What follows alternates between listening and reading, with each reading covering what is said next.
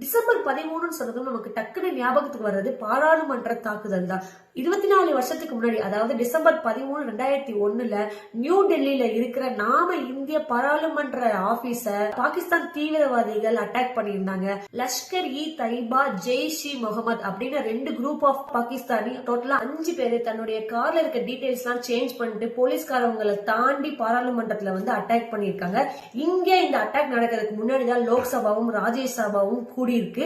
Advani home மினிஸ்டரா இருந்தாரு, அவர் அந்த அட்டாக் நடக்கும் போது இருந்திருக்காரு. இந்த பாகிஸ்தானி டெரரிஸ்ட் கார்ல இருந்து இறங்கி போய் ஷூட் பண்ண ஆரம்பிச்சிருக்காங்க.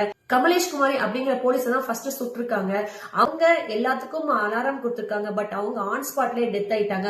அப்புறம் நாம செக்யூரிட்டி போர்சஸ் எல்லாருமே அந்த 5 டெரரிஸ்ட கொன்னுட்டாங்க. பட் நாம இறந்தது எத்தனை பேர் அப்படின்னா 6 டெல்லி போலீஸையும் 2 செக்யூரிட்டி போர்சஸையும் 1 கார்டனர் அதாவது தோட்டக்காரரையும் நம்ம இழந்திருக்கோம். இந்த இன்சிடென்ட்க்கு அப்புறம் நம்ம இந்தியாவுக்கும் பாகிஸ்தானுக்கும் நடுவில் மிகப்பெரிய டென்ஷன் நடந்திருக்கு.